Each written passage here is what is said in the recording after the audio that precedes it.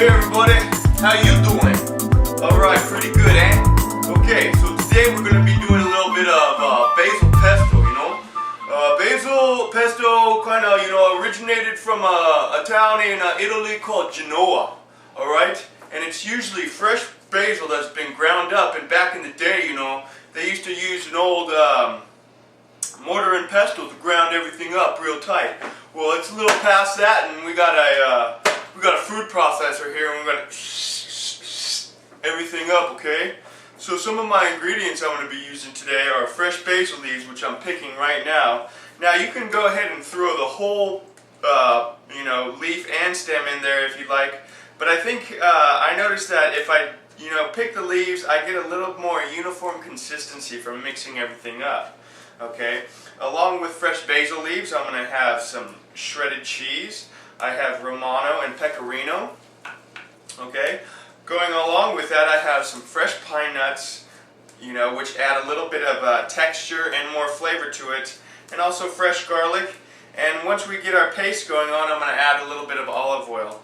Now, I like a little bit of heat and everything, so I'm also going to add a chopped up serrano chili pepper. Now, feel free to omit that if you don't like hot, but it just adds another level of flavoring to it, and it's actually pretty nice, especially if you do like the hot food.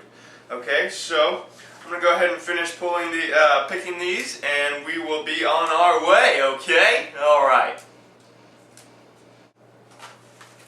So I finished picking my basil. I picked 3 bunches of basil, roughly 4 to 6 stems per bunch of basil leaves. Okay, and I got a pretty hefty supply here. Alright, I have my pine nuts. I got about 2 ounces of pine nuts. They're still in the raw state, they're not roasted at all.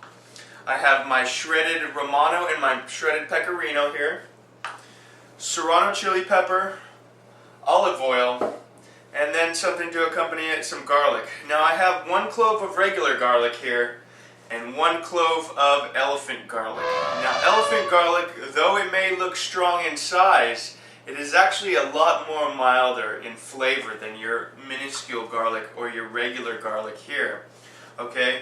I just bought some at the store the other day and thought I'd, throw it in there and see how it comes out. I think it's going to be good. I think it's going to be great. So I hope you try it too someday, okay? It's wonderful. Alright, so we're going to start here on the mincing and processing of our basil leaves to convert it into what we know today as pesto. Okay, ready? Alright, so I'm grinding my basil leaves here. Once they got a good small size going on, I'm going to go ahead and add my garlic and my serrano peppers. So here we go.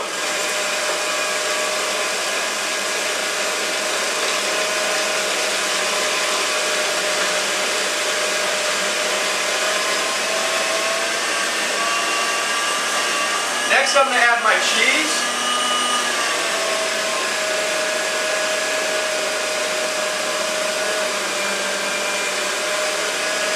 And then my pine nuts.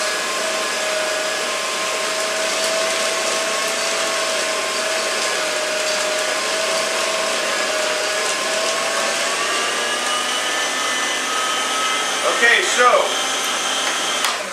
Shazam! We got everything in there now. Now what I'm going to do is I'm going to take a rubber spatula, or if you don't have a rubber spatula, go ahead and use a spoon. I'm going to go ahead and scrape down the sides before I add my oil.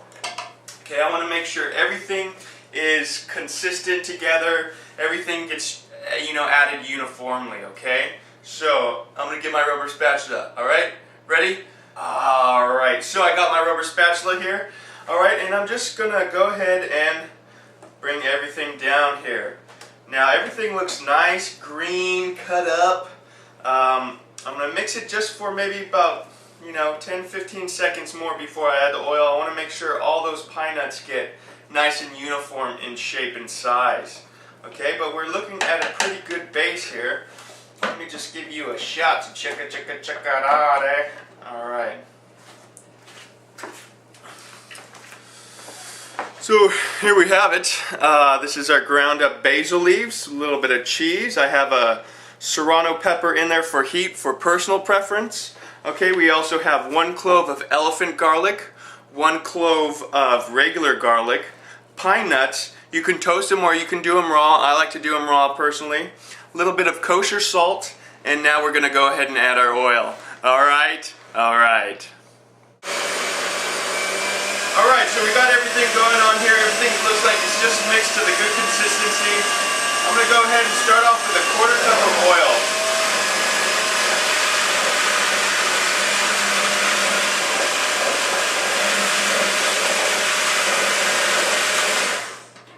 Alright, now I want to go ahead and make sure I get all the sides so everything is incorporated. We don't have any dry pesto in here. We want to make sure everything has been incorporated so it's nice, smooth, creamy, and delicious, okay?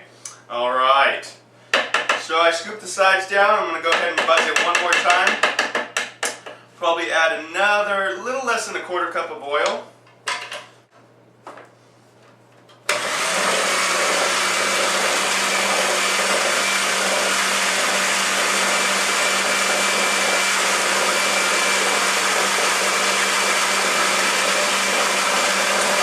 It's lighting up here. It's looking very saucy-like. I think we're just about done here. What do you think?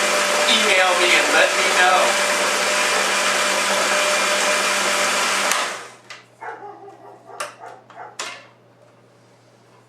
Alright, so here we have our pesto alla genovese. Alright. Now, in case you're allergic to nuts or pine nuts, feel free to omit those. A lot of other substitutions, due to cost-wise, you can use walnuts, you can use almonds, you can use pecans, so feel free, or you don't have to use them at all. It's whatever you prefer. What do you like to have in your pesto? Pesto is diverse in many, many ways. You can use it in your salads, pasta salads, pizzas, sauces, sandwiches, as a spread. I mean, it can go in oh so many directions. So don't be afraid to, try things out. Experiment with your pesto. I mean, that's what pesto is here for. It's to be experimented with. And that's what we're going to be doing in our next episode. I'm going to be doing a nice tortellini salad with a pesto sauce, served with pine nuts, sun-dried tomatoes, feta cheese, and optional chicken. Okay, so that sounds real fun. Thank you for joining me today, and I'll see you next time. From my kitchen to yours, this is Michael. Goodbye.